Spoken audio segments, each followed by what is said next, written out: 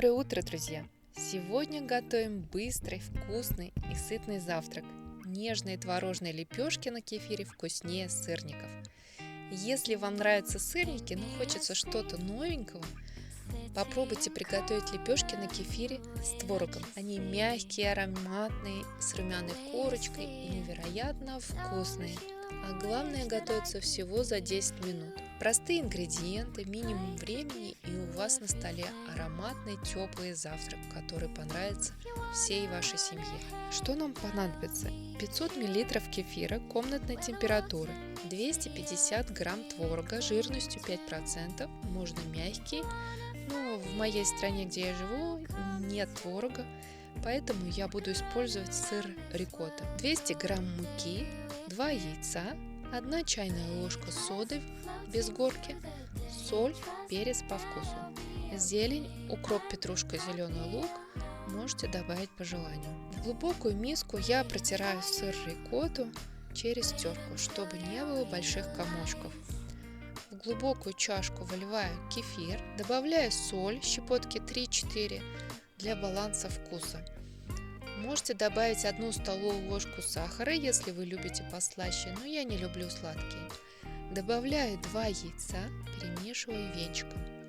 Добавляю сюда протертый творог.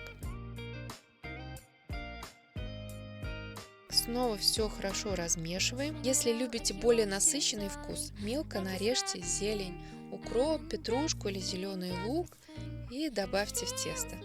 Но в моей семье не любят зелень, поэтому я не буду добавлять. Добавляю постепенно просеянную муку, параллельно перемешивая.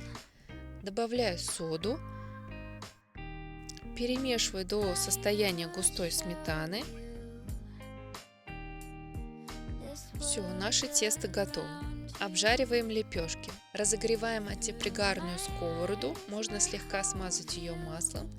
Я побрызгала. Выливаем небольшое количество теста и разравниваем ложкой до толщины примерно 5 мм. Жарим до золотистой корочки. Накрываю сковороду с крышкой и жарим около 2 минут на среднем огне, пока низ не станет румяным. Затем аккуратно переворачиваю и жарю еще 2 минуты. У меня получилось 6 лепешек диаметром 17 см, массой 85-90 грамм каждая, примерно 520 грамм в общем. Наши лепешки готовы. Подавайте лепешки горячими, со сметаной, медом, ягодами или просто так. Они мягкие внутри и с легкой хрустящей корочкой снаружи. Можно добавить немного тертого сыра в тесто, получится еще вкуснее.